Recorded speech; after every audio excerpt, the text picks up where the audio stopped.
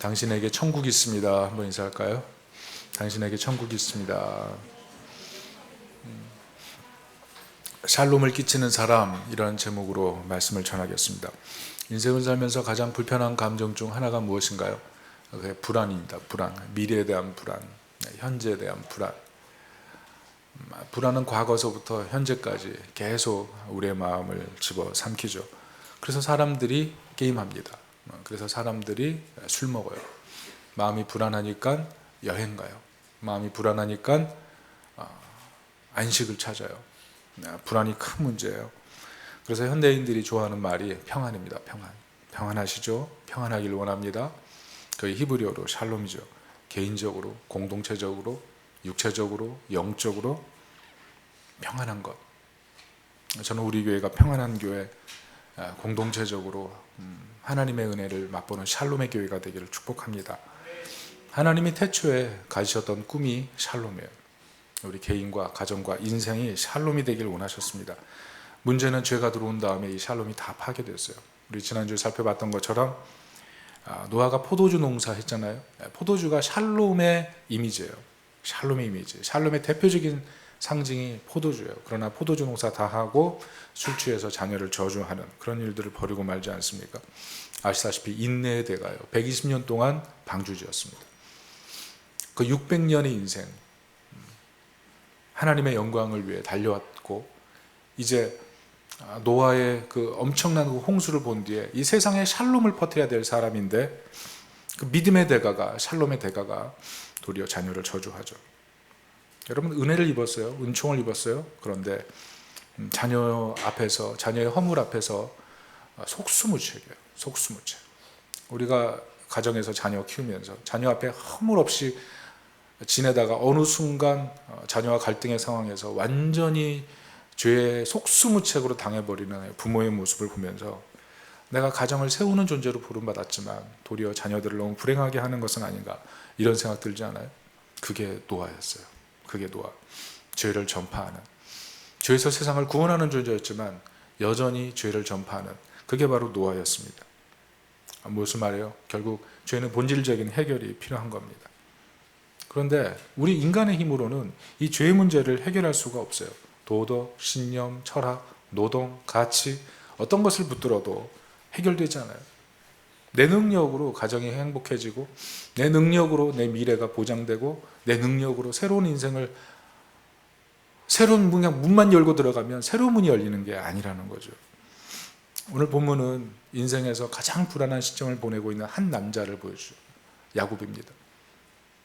형을 속여서 장자권을 빼앗고, 아버지를 속여서 장자의 축복을 다 받아내고, 형이 죽인다고 하니까 겨우겨우 도망쳐서 부모를 떠나 생면부지의 새로운 땅으로 이동해야 되는 그 불안, 이 광야에서 자신을 누가 죽여도 그냥 모를 그런 적막한 자리에서 잠을 자면서 느끼는 이 불안. 야곱은 어떤 사람이에요? 집돌이에요. 집돌이. 형은 밖에 나가가지고 사냥하는 걸 좋아하지만 야곱은 집에서 음식하고 어머니 돕고 그냥 가정일하고 집 근처에서 지내는 걸 좋아했던 사람. 부모와 떨어져 있는 거 싫어하고 위험한 곳에 가는 거 싫어하고, 그게 야곱이에요. 평안을 누리고 싶었던 사람, 평안 추구자. 그런데 집을 떠나잖아요. 적막한 어둠 속에 있잖아요. 자기가 할 수 있는 게 아무것도 없는 거죠. 어떻게 보면 이게 현대인의 상태가 아닌가 싶어요. 다 할 수 있다고 생각했는데 건강 잃었더니, 직업이 붕괴됐더니, 부부관계 힘들어졌더니, 자신이 그렇게 꿈꿔왔던 일을 다 이루지 못한 상태가 되었더니 불안한 거죠. 그게 현대인의 상태예요. 뭔가 잃었다고 생각하지만 또 하나 이루려고 할 때는 여전히 힘없는 자신을 발견하는 것. 그게 현대인.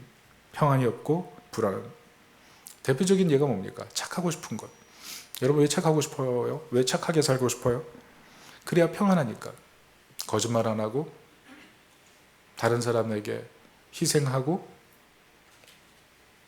그 사람 마음 헤아리고, 그게 마음속에 평안을 주니까 할 경우가 굉장히 많아요. 그런데 문제는 뭐냐면, 내가 착할수록 내가 착하지 않은 걸 깨닫죠. 희생하기 싫은 나, 이기적인 나, 거짓말하는 나, 충성스럽지 못한 나, 이런 나를 매번 발견하니까요. 양심의 요구와 내 삶의 행위가 너무 다른 거죠. 결정적으로 세상이 나를 돕지 않아요. 착하게 살려고 해도 나를 미워하는 사람이 있거든요. 난 선을 행했지만 악으로 갚는 사람이 있거든요.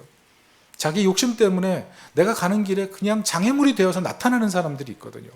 내가 해결을 하지 못하는 그런 문제들이 생기거든요. 인생의 길이 참 고적한 거예요. 특별히 신앙인일수록 어떻습니까? 착하게 살고 싶은데 막상 착하게 살고 싶을 때 손해볼까 봐 하기 싫잖아요. 손해보는 일 못하잖아요. 그러니까 어떻게 됩니까? 착하게 살고 싶은데 그 착한 것 때문에 도리어 위기에 봉착하기가 싫어서 하나님의 뜻을 알면서도 불순종하는 경우가 많아요. 그리고 다른 사람에게 착한 사람이라고 인정받기 위해서 하나님의 뜻을 불순종하는 경우도 많아요. 내가 예수 믿는 게 너무 특출나서 내 가족을 힘들게 하고 싶지 않은 마음, 그 마음이 사실은 하나님의 뜻과 충돌하는데 그냥 그 마음 계속 그대로 가는 거죠. 착한 사람.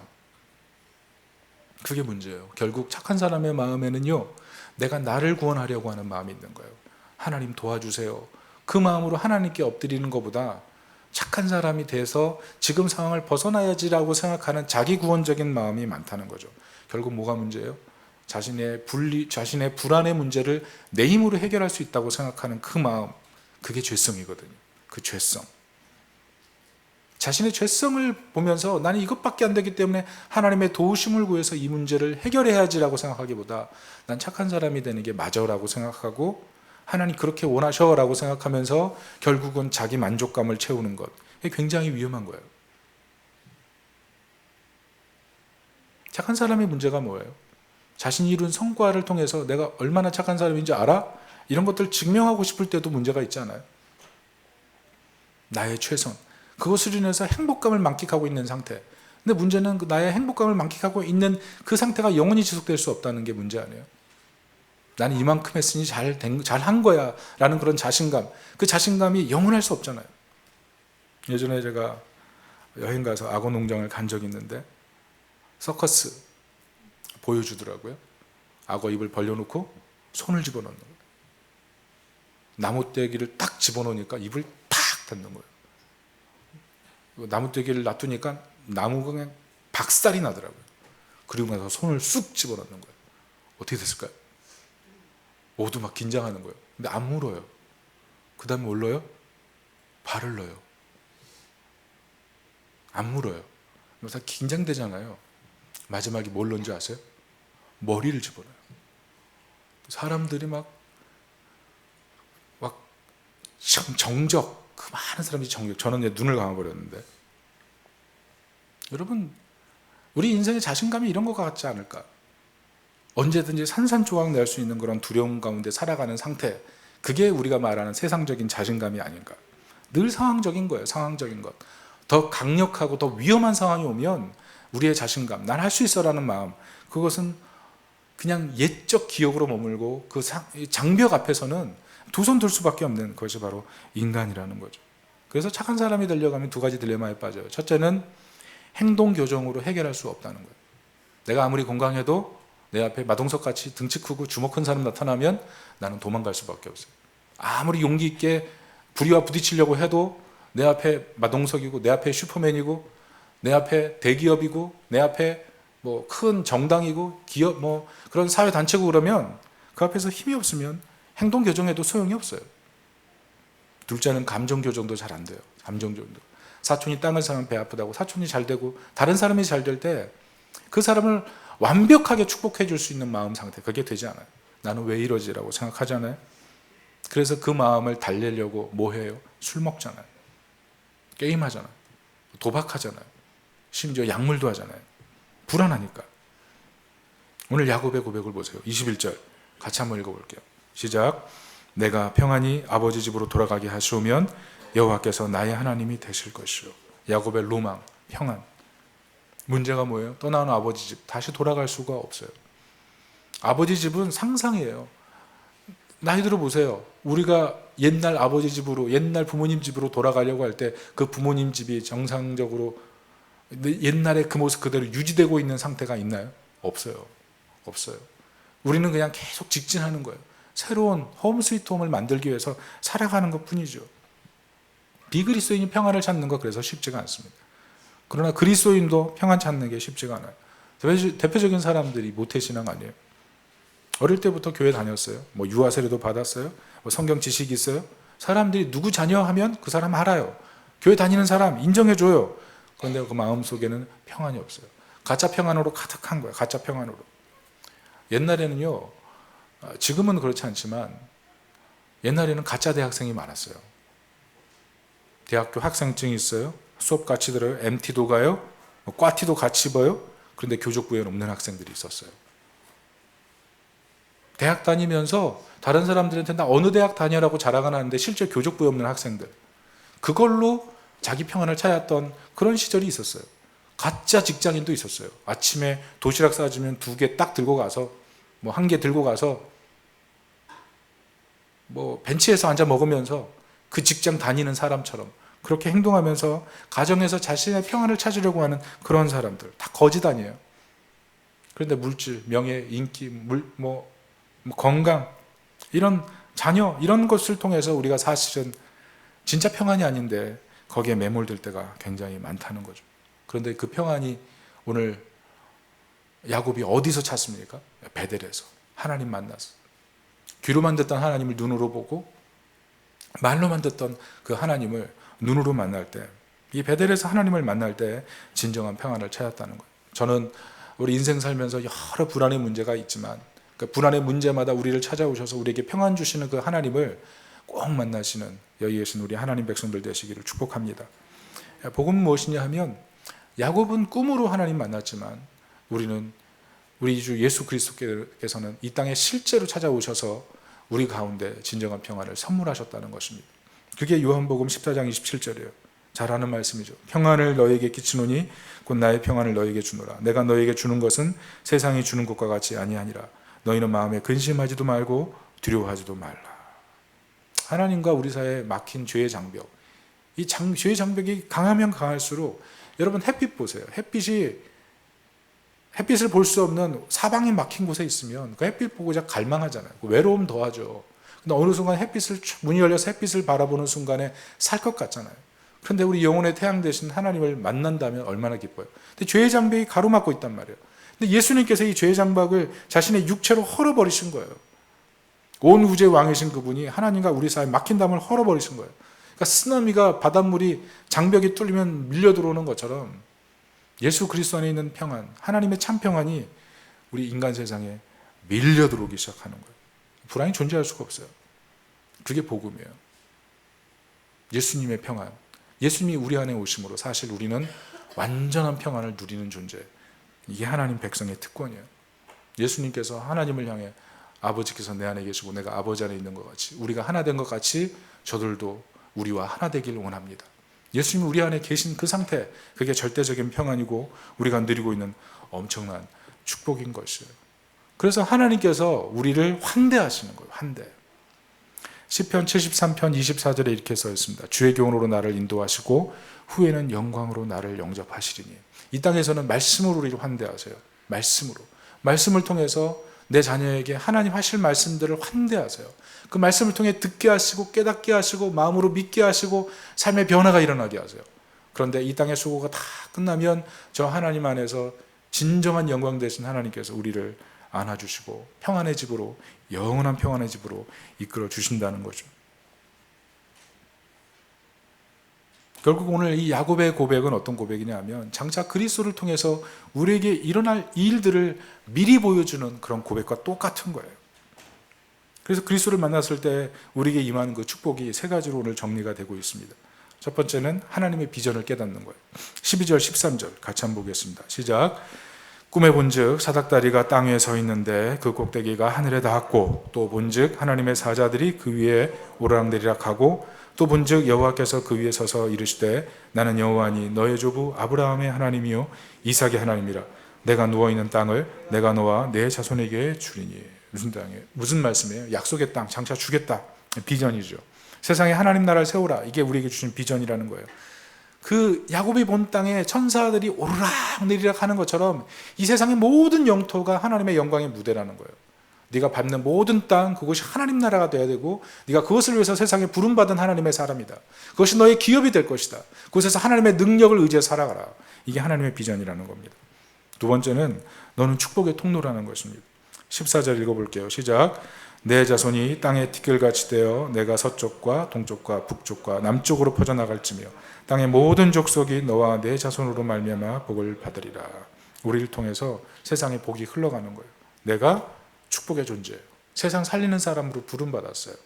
하나님이 그것을 원하세요. 내가 축복의 통로로 살아가기를 원하세요. 내가 복된 존재라는 사실, 평안을 선물 받은 복된 존재라는 사실,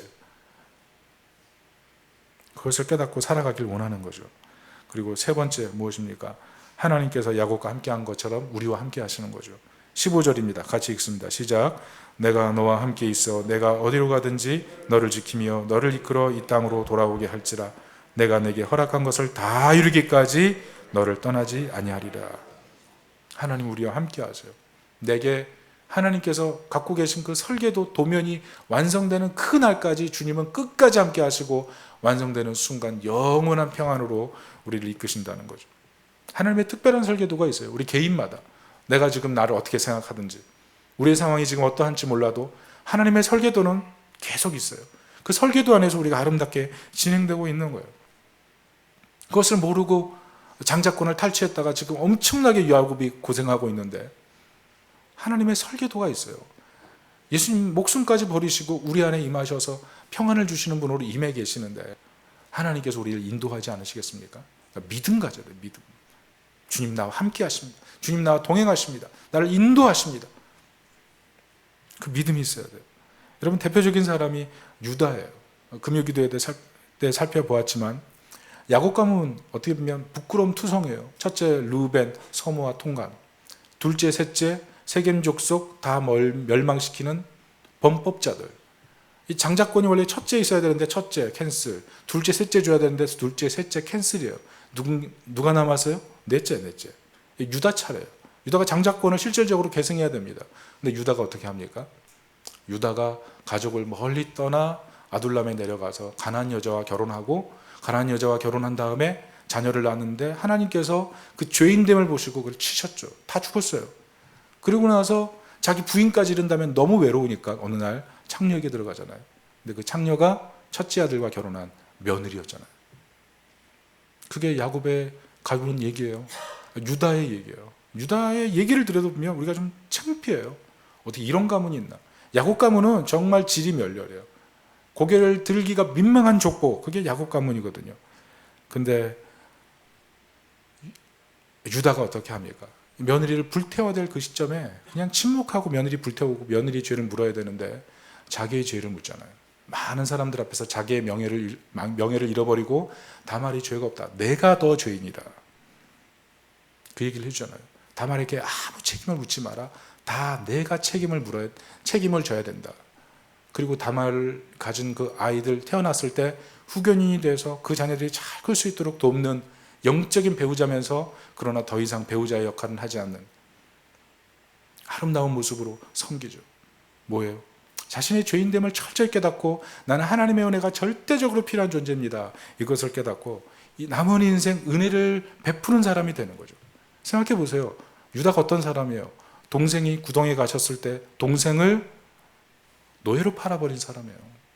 자기 앞에 귀찮고 자기의 장자권에 방해가 되는 존재들 용납하길 원하지 않았던 그런 심성이 있던 사람이었는지 몰라요. 그런데 다말을 살려주고 나중에는 이스라엘 민족을 구해내는 아주 혁혁한 일을 하잖아요. 요셉이 애굽에 있었지만 유다가 없었으면 이스라엘 족속은 애굽에 내려갈 수 없었어요. 그 중심에 유다가 있어요. 중심에 자신을 다 희생하고 가족을 설득해서 애굽으로 내려가는 그 유다가 있었기 때문에 이스라엘 민족이 형성될 수 있는 거죠. 왜 그래요?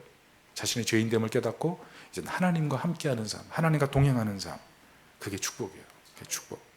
우리 그리스도인에게 그 축복이 임한 거예요. 예수 그리스도께서 우리 안에 임하셔서 이제는 하나님의 비전을 따라 살고 복의 통로로 살고 하나님과 동행하는 축복이 우리에게 임한 것임을. 그래서 하나님의 설계대로 우리 인생이 인도되어서 이제는 은혜를 베푸는 사람이 되는 것, 그게 하나님의 은총인 것을 믿으시기 바랍니다. 이게 뭐예요? 샬롬이에요. 샬롬. 우리는 세상에 샬롬을 전하는 샬롬의 사람으로 바뀐 것, 이게 복음 안에서 우리 안에 이루어진 일인 거예요. 우리 옆 사람들에게 한번 인사해 볼까요? 샬롬. 굉장히 큰 축복의 말이에요. 어떤 교회 막 오신 분이 목사님 찾아와서 어느 날 감사 인사를 했대요. 왜냐하면 사실 자신이 가난 말기로 선고받고 이제 죽을 날만 기다리고 있었대요. 그런데 교회 와서 예배 때마다 참 은혜가 돼서 감동도 받고 눈물도 흘리고 지금까지 주님 떠나 방황했던 삶을 회개하면서 예배 드리는데 예배 끝나고 나서 더 은혜 받는 거예요. 그게 뭐냐면 목사님이 자신을 보면서 항상 격려의 말을 해줬다는 거예요. 그래서 목사님 찾아와서 격려의 말 해주셔서 너무 감사합니다 그러는데 목사님은 이 사람 기억도 안 나는 거예요. 그래서 제가 도대체 무슨 말을 했습니까? 그랬더니 저한테 항상 보시면서 살롬 그러셨잖아요. 이게 무슨 말이에요? 샬롬이라 그랬는데 이분은 교회 모르니까 성경 모르니까 그냥 살롬 자신은 죽을 놈 생각하고 교회 왔는데 목사님 볼 때마다 살롬 그러니까 썰렁한가요? 하여튼 어떻게 듣던 중요한 것은 우리 인생에 샬롬의 복이 임한 것은 너무나 큰 축복이죠. 문제는 샬롬이 나의 개인적인 차원에서 끝나지 말아야 된다는 것입니다. 내가 개인적으로 내가 하나님 자녀되고 하나님의 비전이 있고 복의 통로가 되고 하나님과 동행하는 그 축복이 임했다는 이 사실이 그냥 개인적인 것에 고착되면 절대로 하나님 나라에는 유익이 없는 거예요. 동쪽, 서쪽, 북쪽, 남쪽 온 세계 열방을 향해서 샬롬을 퍼뜨리는 존재로 부름받았잖아요. 무슨 말이에요? 샬롬은 공동체적이어야 돼요. 샬롬은 하나님 나라 공공성에 입각해서 확장돼야 돼요. 들어가는 학교에서, 들어가는 직장에서, 들어가 있는 가정에서 이 샬롬이 확장돼야 돼요. 창세기 313장 찬송가 313장 보면 3절 4절에 이런 내용이 있어요. 내 임금 예수 내 주여 주 은혜에 감격하여 한없는 감사 찬송을 내 주님 앞에 드리오며 내 마음과 정성 다하여 늘 기뻐하며 살리라. 4절 불러볼까요? 내 임금 예수 내 주여 이 마음과 이 천한 몸 그 보배 피로 값주고 주 친히 사신 것이오니 나 이제 사나 죽으나 주 뜻만 따라 살리라. 이 찬양 내용이 뭐예요? 주 은혜 감격해서 기쁨으로 살리라. 이게 3절 고백이고 4절 고백이 뭐냐면 옛날엔 예수님의 죽음 보면서 그냥 예수님 죽으셨어 나 구원받았어 이렇게 생각했는데 어느 순간 예수님의 그 죽음의 가치가 얼마나 귀한 것인지를 깨닫고 그 피가 보혈로 느껴질 때 이 세상 어떤 보배로운 것보다 가장 아름다운 가장 순전한 나를 위한 흘린 보혈의 피라는 사실이 믿겨질 때 이제는 사나 죽으나 주님만 따라 살겠습니다. 이게 313장 찬양의 고백이라는 거예요. 무슨 말이에요? 개인적인 신앙의 고백은 반드시 세상 속에 내가 어떻게 살아야 될 것인지라는 분명한 결단과 분명한 헌신으로 우리 삶에 다가온다는 거예요. 여러분 우리가 한국 사회에 살면서 기독교인으로 살면서 느끼는 문제가 뭡니까? 영향력이 없잖아요. 여러분 가정에서 직장에서 내 영향력 드러납니까? 나 때문에 예수 믿고 나 때문에 하나님을 알아가는 그런 사람이 있습니까? 우리가 에스겔 37장 12월 31일 날 연말 설교 들었지만 그 마른 뼈가 사실 우리와 같은 모습 아니에요. 세상 속에 존재하는데 하나님의 군대로 존재하는 게 아니라 마른 뼈처럼 존재해서 정말 생기가 필요한 존재, 이미 생기가 공급받고 예수 그리스도가 내 안에 내주하심에도 불구하고 성령님의 임재가 있음에도 불구하고 여전히 마른 뼈로 살아가는 그런 존재. 그게 우리의 모습. 너무 답답한 상태 아닌가요? 답답한 상태예요. 그런데 오늘 은혜를 받은 야곱의 모습이 무엇이냐면 하나님을 베델에서 만난 뒤에는 완전히 다른 모습으로 바뀌고 있다는 거예요. 장자권에 대한 욕심으로 똘똘 뭉쳤던 그 사람이 이제는 세상 속에 하나님의 사람으로 살기를 결단하고 서원하는 모습으로 서 있다는 것입니다. 그게 22절이에요. 같이 한번 읽어볼게요. 시작.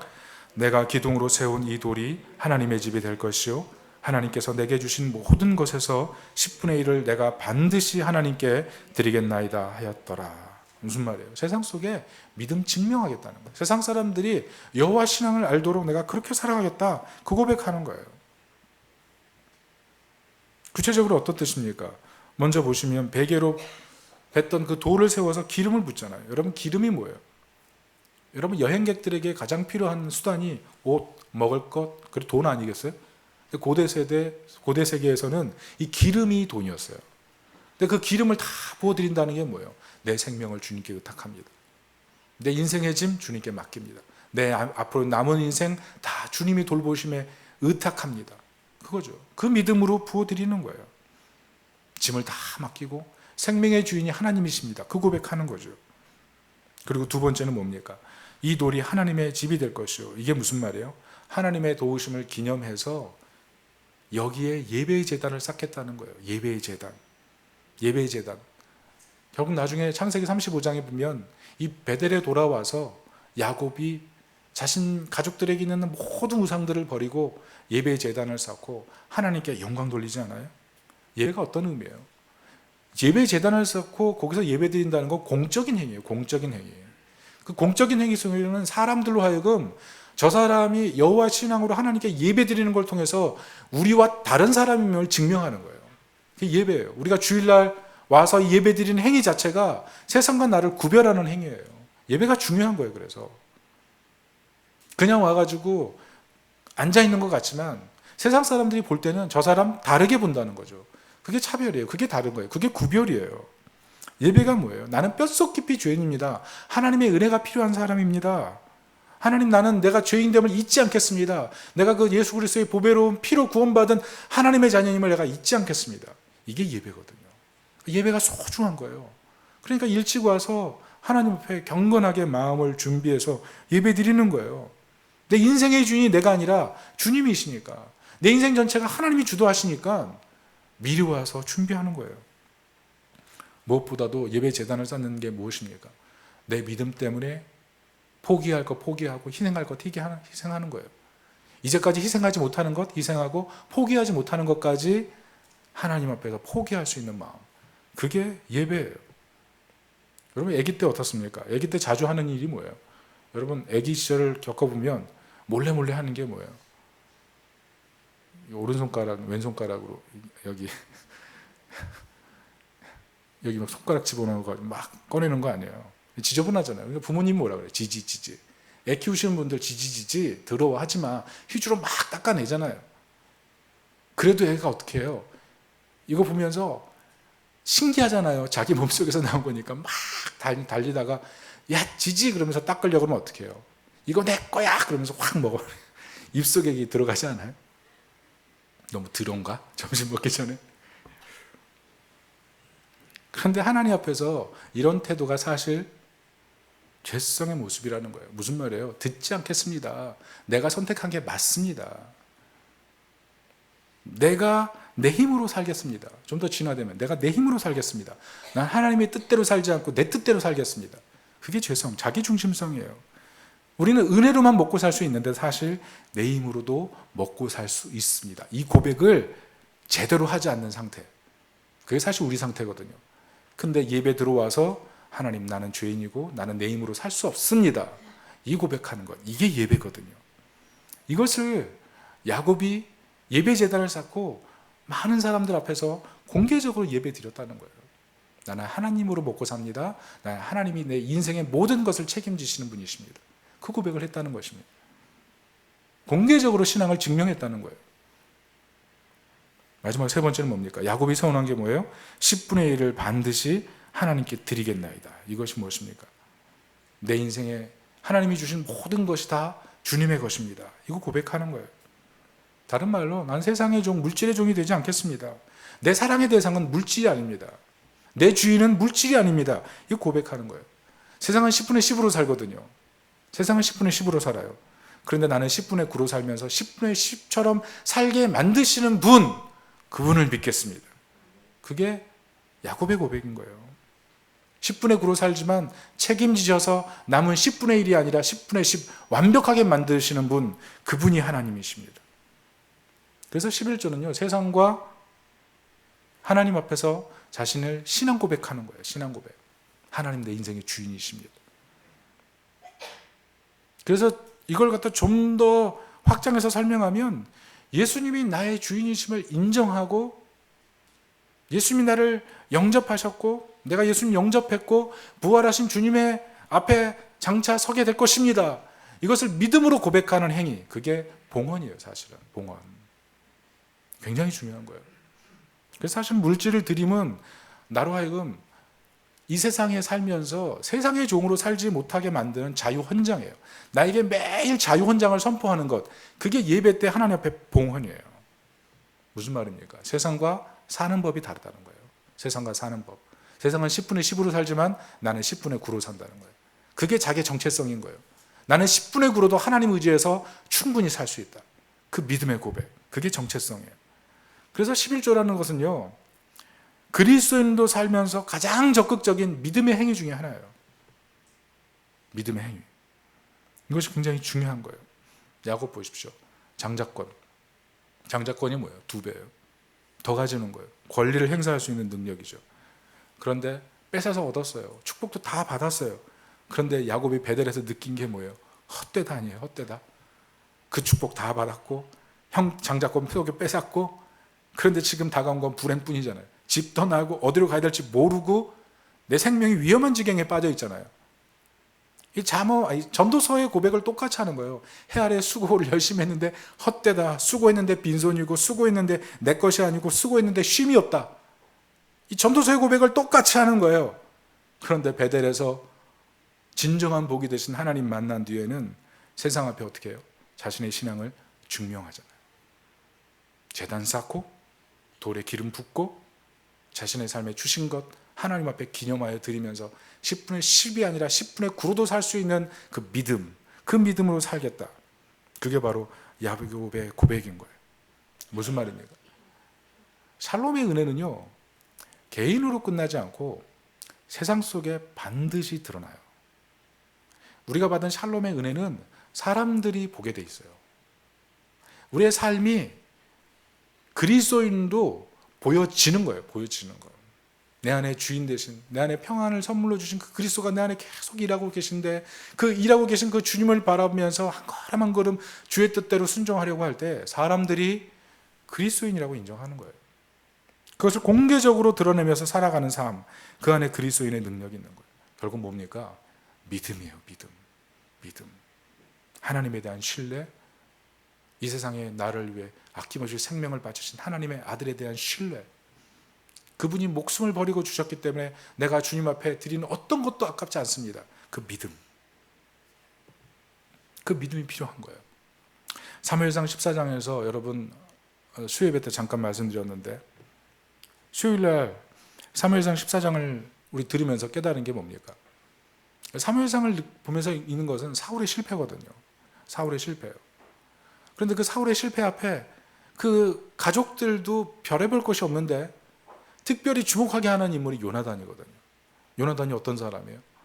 요나단이 어떻게 보면 사무엘상 14장에는 굉장히 전쟁을 일으키고 전쟁 문제를 일으키는 트러블 메이커처럼 보여요. 그런데 하나님께서 요나단을 쓰셔서 사울의 군대로 하여금 블레셋 군대를 완전 섬멸시키시거든요. 왜 그러냐면 요나단이 했던 그 믿음의 고백 때문에 그래요. 요나단이 했던 믿음의 고백이 2개인데, 첫째는 하나님이 우리를 위하시면 막을 사람이 없습니다. 하나님은 수로 일하지 않으시고 하나님의 능력으로 함께 하시면 수를 뛰어넘습니다. 이 고백이에요. 그 믿음으로 나가거든요. 분명히 블레셋은 고지대예요. 그리고 요나단은 자기 무기 든 사람 2명과 저지대에 있어요. 기어 올라가요. 어떻게 이길 수가 있어요? 어떻게 블레셋 사람들이 비웃지 않을 수 있어요? 그런데 하나님이 함께 하시니까 적군을 섬멸하는 거예요. 쓰나미처럼 하나님의 능력이 쏟아져 부어 들어가니까 단 2사람이 들어갔지만 블레셋 군대를 혼자 파괴해서 결국 사울의 군대가 승리하게 만든다는 거죠. 무엇을 말합니까? 하나님께서 그 마음 가운데 분명한 믿음을 가지고 살아가는 그 사람을 통해서 하나님은 세상에 하나님의 영광을 드러내길 원하신다는 거예요. 믿음의 문제. 여러분 정말 하나님이 우리 인생의 주인인 거 믿으십니까? 내 모든 것의 소유자이신 걸 믿으십니까? 지혜의 주인, 물질의 주인, 건강의 주인, 내 남은 시간의 주인, 그 모든 주인이심을 고백할 수 있으세요? 그 믿음의 고백이 필요한 거예요. 그 믿음의 고백을 가지고 세상을 아름답게 섬길 때 세상 사람들이 우리를 보면서 예수 믿는 거예요. 여러분, 야곱은 그런 사람이 아니었어요. 야곱은 하나님의 하나님 되심을 인정하지 못하는 그런 사람이었어요. 그러니까 자기 불안을 없애기 위해서 장자권 속여 뺏고 양털 붙여가지고 자기 형 에서처럼 보여가지고 아버지 앞에 그 장자의 축복을 다 받아내는 그런 사람이었잖아요.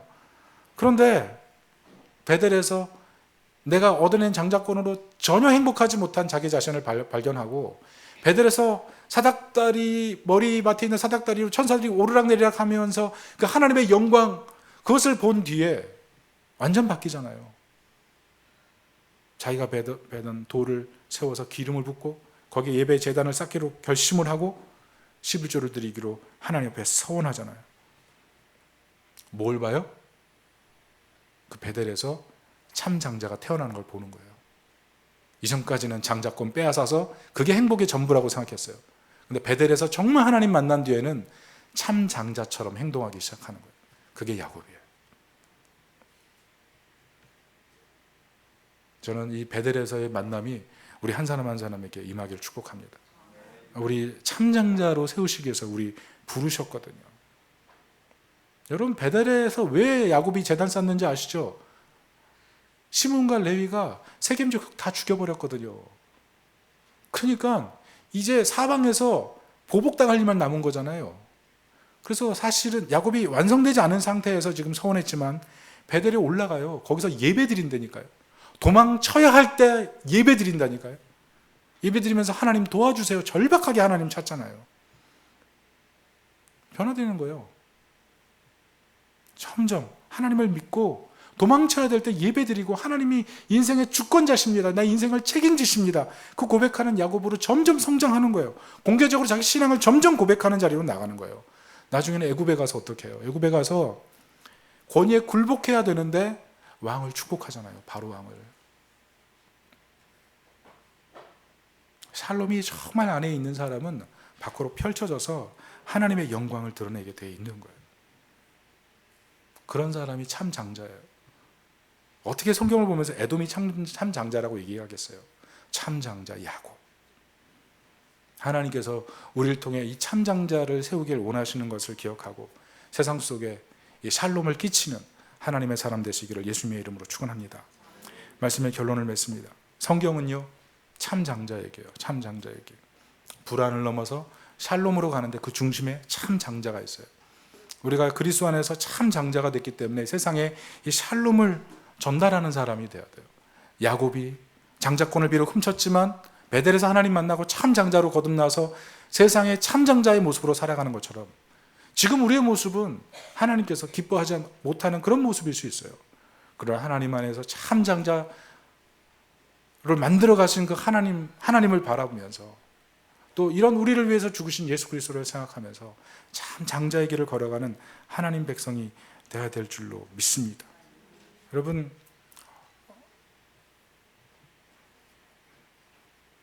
우리가 오늘 사랑하는 노요한 전사님 가정을 이제 떠나보내고 이제 새로운 이제 차영 전사님 또 사역자들과 같이 앞으로 사역을 해야 되는데 우리 교회 앞으로 어떻게 될지 잘 몰라요.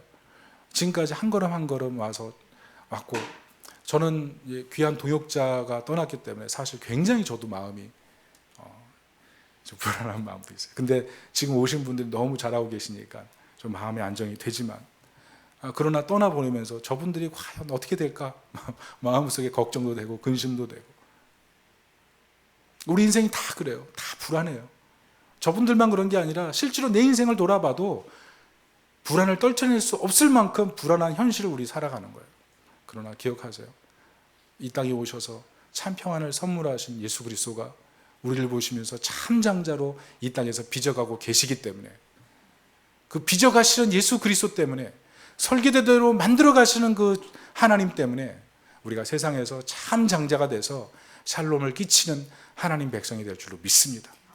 이 믿음을 가지고 참 장자로 이 세상을 살아가는 하나님 백성이 되시기를 예수님의 이름으로 축원합니다. 아멘. 우리 이 시간 다 같이 한번